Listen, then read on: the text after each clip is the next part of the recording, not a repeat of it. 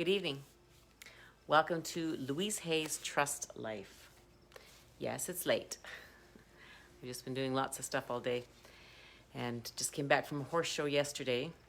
And so we traveled on Saturday, did horse show stuff on Sunday, and I walked a lot.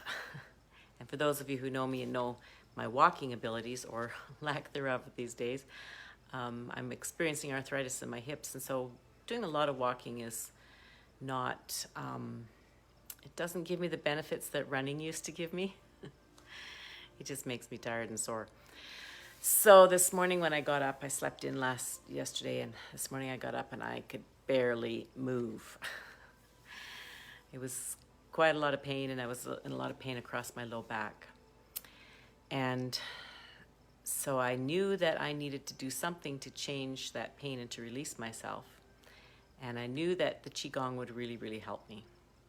And I didn't have a lot of time to come and present a Qigong practice. I just needed to do it for myself. So I went in my room and did about an hour's worth of Qigong. And now I'm totally fine. So I want to, and so part of it was a moving meditation and part of it was a sitting meditation, which is a still and in the mind meditation.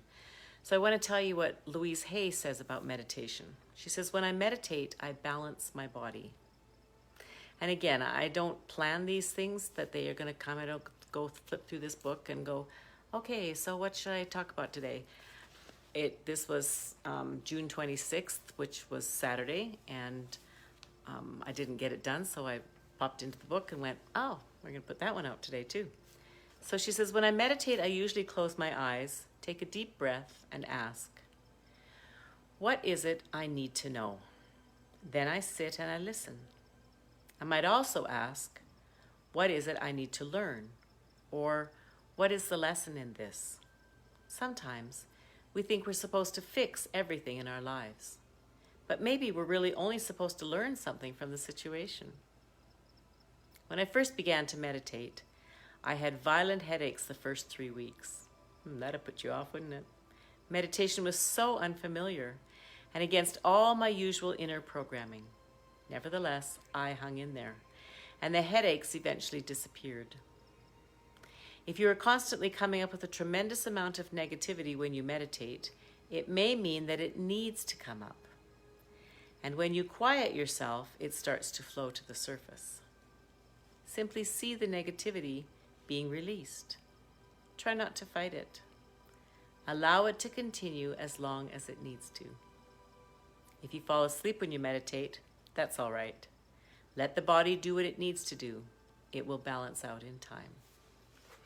And there's oftentimes when I'm meditating and I fall asleep during the meditation, if I'm sitting up even, or if I'm laying down and meditating, I'm out like a light. Excuse me. But that process, that scientists have actually found that one of the most important learning stages is in that twilight zone of sleep, non-sleep, that edge. And so actually, if you study late at night when you're kind of tired, the things that you study as you're in that dozing off space will actually be retained in your brain even better. I wish that that dozing off space when you're tired would be conducive to really good car handling if you happen to be tired behind the wheel, because that can be scary. But I digress.